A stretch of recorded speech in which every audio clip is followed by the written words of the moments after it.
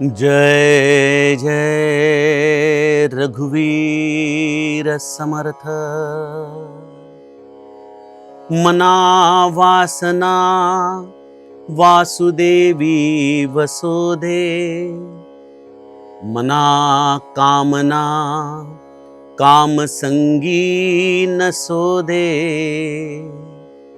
मना कल्पना वाउगी जेन कीजे, मना सज्जना सज्जनी वस्ती कीजे। जय जय रघुवीर समर्थ।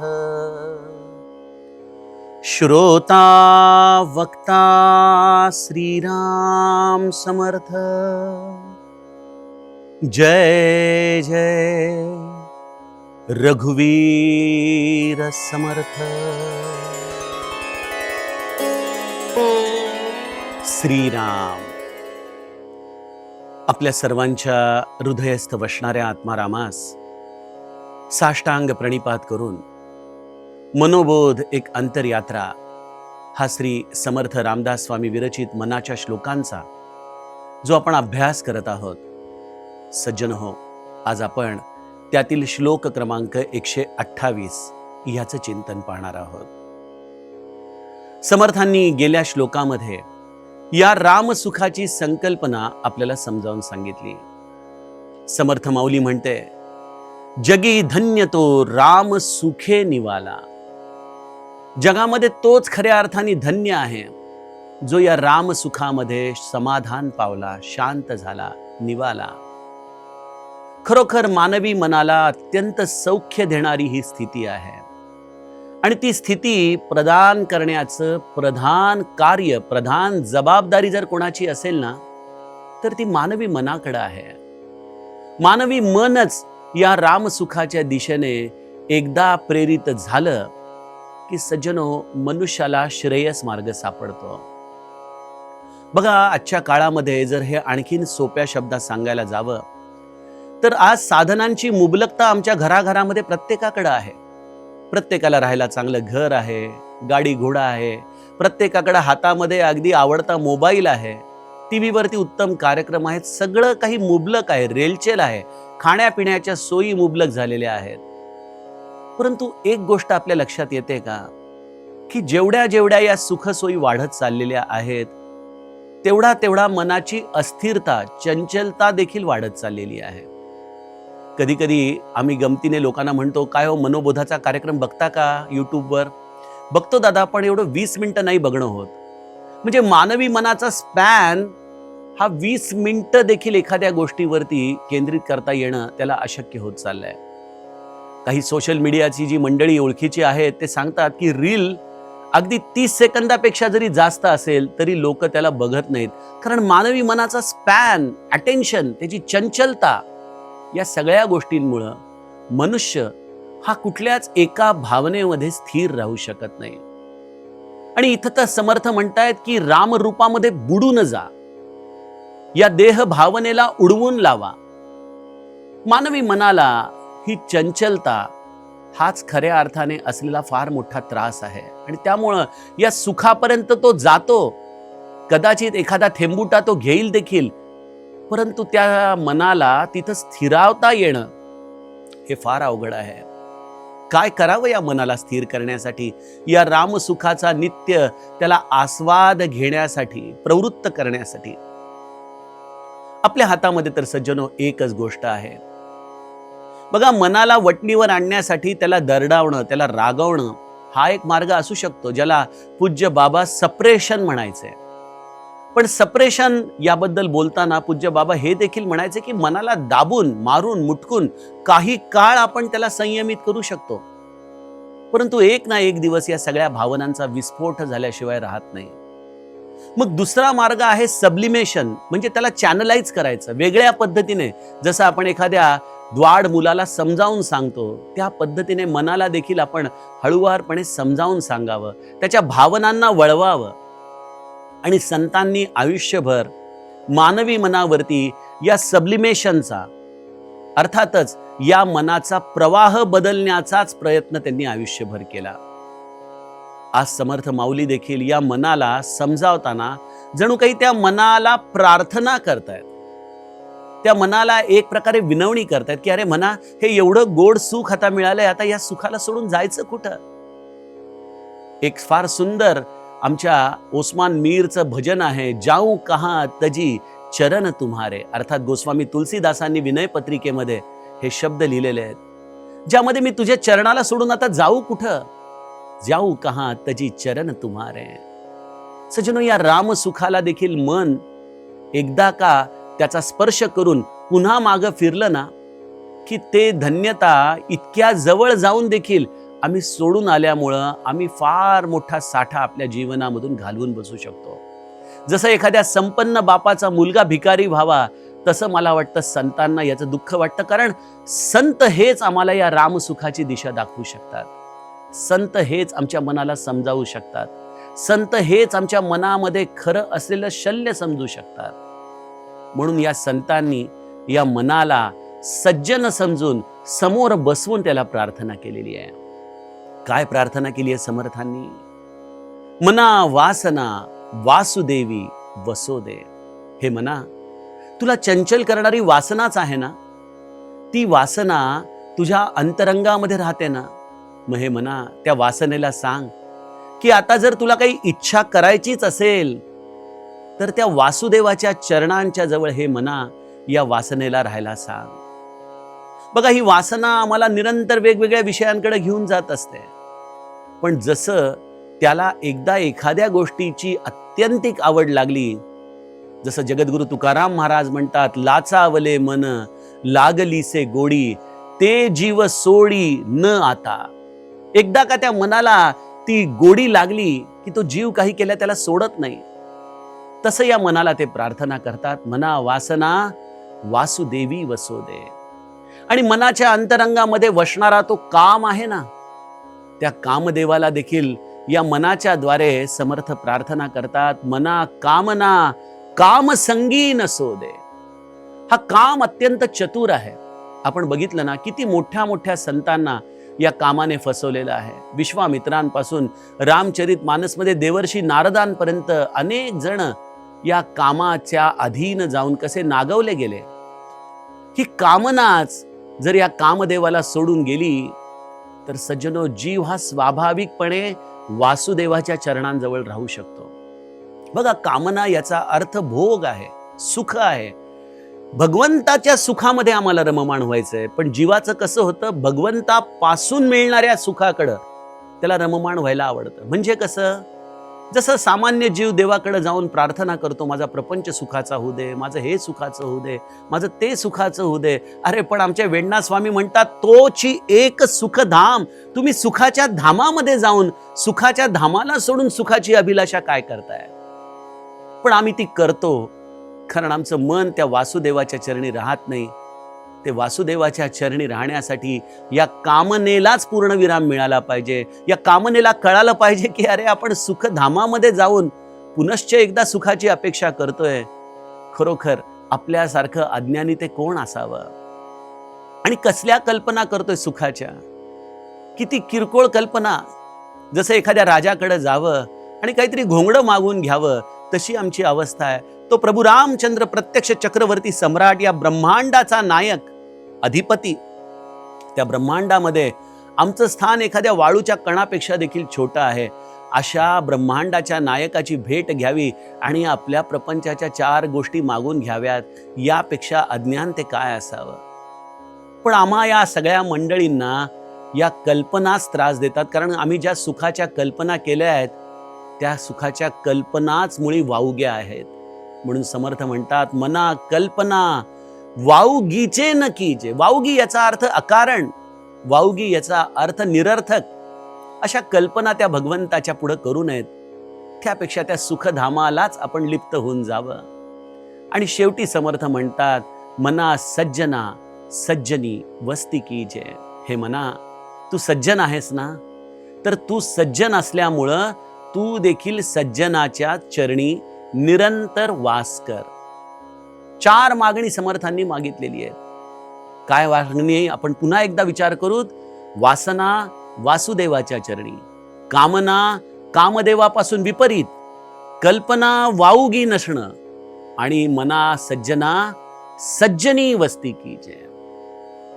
आता या 4 प्रार्थना आपण जर आपल्या मनाला केलं आणि जर आपल्या मनाने आपल्याला सांगितलं की 4 प्रार्थना इज टू मच, मी 4ही गोष्टी पुरवू शकत नाही आणि तुम्ही एकच गोष्ट मी तुम्हाला देतो. काय पाहिजे तुम्हाला? एक गोष्ट. कुठली गोष्ट तुम्ही मागाल? विचार करा बरं. स्वाभाविकपणे मनुष्य म्हणेल की मग मना वासना वासुदेवी वसोदे हेच मागावं ना, कारण शेवटी मनाला त्या वासुदेवाच्या चरणी नेणं हेच रामसुख आहे, तर मग हीच गोष्ट मागावी. पण सज्जनो, आपण थेट साध्याला झोंबायचा प्रयत्न करतोय. या साध्याच्या मध्ये एक असलेलं साधन आपण मात्र विसरून गेलेलो आहोत. आम्हाला हे लक्षात येत नाहीये की हे मन थेट वासुदेवापर्यंत जाऊ शकत नाही, कारण तो वासुदेव हा मुळी मनातीत आहे, मनाच्या पलीकडे आहे. मग त्या मनाला वासुदेवाच्या जवळ कोण नेणार? त्यामुळे सज्जनो, आपण नीट मागणं मागावं. जर मनाने सांगितलं की या 4 गोष्टींपैकी फक्त एकच गोष्ट मागा, तर आपला विवेक जागृत ठेवा आणि एकच गोष्ट मागा. मना सज्जना सज्जनी वस्ती की जय. हे मना, मला तू सज्जनाच्या ठिकाणी निरंतर वास करण्याचं भाग्य दे. कारण सज्जनाच्या जवळच वास केलं असता या इतर 3 गोष्टी स्वाभाविकपणे प्राप्त होतात.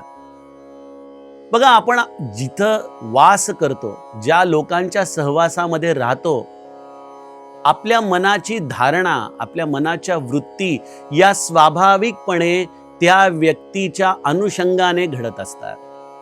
का संत संघाचा परिणाम आपल्यावरती होतो? का संत संघ आमच्या जीवनाला एक वेगळी दिशा प्रदान करतो? काय आहे सद्भाग्य आमच्या जीवनामध्ये? सद्भाग्य एकच आहे की जीवनामध्ये एखाद्या सज्जन संताचा आपल्याला निरंतर सहवास, त्याचा संग प्राप्त होणं. कारण त्याचा संग, त्याचा सहवास या आमच्या चित्त प्रवृत्तींना बदलायला लागतो. या मलिन चित्ताला शुद्धतेचं जर खऱ्या अर्थाने काही डिटर्जंट असेल तर तो संत संग आहे. आणि संत संग म्हणजे केवळ देहाचा संग नाही. संत संग म्हणजे मनुष्याने या संत विचारांचा केलेला संग. या संत विचारामधून मानवी मनाला एक अत्यंत वेगळी विचाराची दिशा प्राप्त होते, जी या दृश्य जगामध्ये त्याला इतर कोणीही देऊ शकत नाही.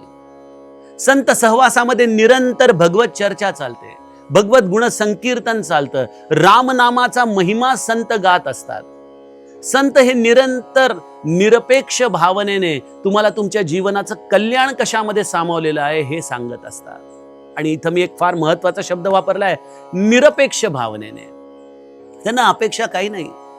श्री ब्रह्मचैतन्य महाराज म्हणायचे की तुम्हाला मी जे सांगतोय ते तुम्ही ऐकावं असं मला वाटतं, पण माझी अपेक्षा नाही. कारण मला माहिती आहे की प्रत्येकाला मी जरी सांगितलं तरी प्रत्येक जण तो बोध त्याच्या त्याच्या परीने ग्रहण करत असतो. पण एक निश्चित आहे की हे थेंब थेंब औषध पोटामध्ये जात राहतं. एक ना एक टप्प्यावरती मनुष्य हा बदलतो. एका ना एका टप्प्यावरती मनुष्याला या संतांच्या संगतीचा परिणाम आपल्या जीवनामध्ये झालेला दिसून येतो. मना सज्जना सज्जनी वस्ती की जय. आणि इथं समर्थांनी फार सुंदर शब्द वापरलाय की तिथं तू वस्ती कर. आपल्याला आठवत असेल, आपण काही महिन्यांपूर्वी ज्या श्लोकांचं चिंतन केलं होतं त्यामध्ये राघवा वस्ती की जय, आपण अशा पद्धतीने राघवाच्या चरणी वस्ती करण्याचं या मनाला प्रार्थना केली होती. पण राघवाच्या ठिकाणी वस्ती करण्यापेक्षा मला वाटतं आपण या सज्जनाच्या संगतीमध्ये वस्ती करण्याचा प्रयत्न करावा. याचं कारण एक आहे की संतांचा रामराया दास होऊन राहतो. बघा, रामचरितमानसमध्ये गोस्वामीजी म्हणतात, राम ते अधिक राम करी दासा. रामापेक्षा रामाचे दास मोठे आहे. आणि हे प्रत्यक्ष रामरायाने देखील मान्य केलंय. माता शबरीला जेव्हा त्याने नवविधा भक्ती सांगितली त्यामध्ये काय सांगतो रामराया की मोही सम सम सब जग देखा, मोते अधिक संत करी लेखा. माझ्यापेक्षा संतांना तू श्रेष्ठ मान शबरी, हा मनाला रामरायाने दिलेला बोध आहे की संतांना तू माझ्यापेक्षा श्रेष्ठ मान. कारण तो रामराया या संतांच्या जवळ वास करतो. आणि त्यामुळे जर तुम्ही मनाने संताला धरून राहिला, मनाने संताच्या चरणी जर वास केला, तर मला सांगा, मना वासना वासुदेवी वसोदे हे काही वेगळं सांगण्याची गरज आहे का? तो स्वाभाविकपणे तुम्हाला रामाचा संग देणारच ना. बघा, श्री महाराजांचं एक वाक्य आहे, आपल्याला बऱ्याचदा लक्षात येत नाही श्री महाराजांचा मोठेपणा. काय म्हणतात श्री महाराज की तुम्ही तुमचा हात माझ्या हातामध्ये द्या, मी तो हात रामाच्या हातामध्ये नेऊन देतो. आपल्याला वाटतं की हा काही प्रवास आहे. नाही सज्जनो, हा प्रवास नाही. तुम्ही ज्या क्षणी श्री महाराजांच्या हातामध्ये हात देता ना, दुसरा हात रामाने ऑलरेडी धरून ठेवलेला असतो महाराजांचा. तो निरंतर, जसं आजच्या काळामध्ये ये फेविकॉल का जोड है, टूटेगा नहीं, तसं संत आणि राम यांचा हा जोड एकरूप आहे. गरज आहे तुम्ही तुमचा हात महाराजांच्या हातात देण्याची. आपण म्हणाल, दादा मग महाराजांच्या हातात हात द्यायचा म्हणजे काय? तर हातामध्ये हात देणं ही कुठली भौतिक प्रक्रिया नाही, ही कुठली शारीरिक प्रक्रिया नाही. प्रक्रिया एकच आहे, मना सज्जना सज्जनी वस्ती कीजे. आपल्या मनाने निरंतर श्री महाराजांच्या चरणी राहणं, सज्जनो, ही या सज्जनाची वस्ती करणं आहे. मग महाराजांच्या चरणी मन ठेवायचं म्हणजे काय? जे श्री महाराजांना आवडतं ते आपण करायचं. महाराजांना काय आवडतं? 3 गोष्टी महाराज म्हणतात. एक, अखंड रामनाम घ्या. त्या रामनामामध्ये मी आहे, म्हणजे महाराजांचा संग नामाने घडतो. मग आपलं मन नामामध्ये ठेवणं हा पहिला पुरुषार्थ आहे. दुसरं, महाराजांना आवडणारं काम करायचं, ते म्हणजे अन्नदान करायचं. जो येईल त्याला अगदी पोटभर जेवायला घालायचं. आल्या तिथं अन्न द्यावे, हे महाराजांची बिरुदावली आहे. त्या अन्नदानामध्ये श्री आहेत. त्यांना आवडतं म्हणून आपण अन्नदान करावं. त्यांना आवडेल तसं वागण्याचा प्रयत्न करावा. आणि तिसरी गोष्ट, महाराजांना रामाची सगुण भक्ती आवडते. रामाची कथा करावी, रामाची कथा ऐकावी, रामाचं भजन करावं, रामाला सुंदर सजवावं, रामाची सगुण भक्ती करावी. त्या सगुण भक्तीमध्ये श्री महाराज आहेत. तुम्ही अशा पद्धतीने मनाला जर या श्री महाराजांना आवडणाऱ्या गोष्टींमध्ये ठेवू लागला की समजावं की मना सज्जना सज्जनी वस्ती कीजे, हे तुम्हाला साधू लागलं. याचाच अर्थ तुम्ही श्री महाराजांच्या हातामध्ये हात दिलेला आहे आणि रामाच्या हाताला आता धरायला केवळ क्षणाचा अवधी राहिलेला आहे. मना वासना वासुदेवी वसोदे हे सांगायलाच नको, कारण श्री महाराजांचा हात धरला त्या क्षणी रामरायाचा देखील आपण हात धरलेला आहे. मना कामना कामसंगी नसोदे. जिथं रामराया आहे, जिथं महाराज आहेत, बघा महादेवाचं हे रूप आहे. महादेवाच्या समोर कामदेवाची काय अवस्था होते आपण बघितलेलंच आहे. माता पार्वतीला देखील हा प्रश्न जेव्हा सप्तर्षींनी विचारला की महादेवाने कामाला जाळून टाकलं, यावरती पार्वती हसून म्हणाली, अहो अग्नीच्या समोर बर्फ आणल्यानंतर बर्फ वितळून गेला, यामध्ये अग्नीचा तो काय पुरुषार्थ? वितळणारच तो, स्वाभाविक आहे. जर तुम्ही तुमच्या मनाला श्री महाराजांच्या चरणी ठेवलं की हा महादेवाच्या समोर हा कामदेव येऊ शकत नाही. आणि एकदा कामदेव गेला जीवनातून की कल्पना काय येणार? या वाऊग्या कल्पना येऊ शकत नाही. कल्पना येणार नाही असं नाही, पण त्या सगळ्या कल्पना भगवंतमय असणार. त्या सगळ्या कल्पना रामाच्या असणार. त्या सगळ्या कल्पना जीवाचं कल्याण करणाऱ्या असणार. त्यामुळे मला असं वाटतं की 4 प्रार्थना मनाला आहेत. जरी आपलं मन 4ही प्रार्थना पूर्ण करण्यासाठी समर्थ असलं तरी पुरुषार्थ करायचा असेल एखाद्या साधकाला तर त्याने एकच करावा, मना सज्जना सज्जनी वस्ती कीजे. अशा या सज्जन वस्तीचं, अशा या सज्जन संगतीचं महात्म्य समर्थ आपल्याला आता सांगतात. त्याचं चिंतन आपण उद्याच्या सत्रामध्ये करूया. जानकी जीवन स्मरण. जय जय राम.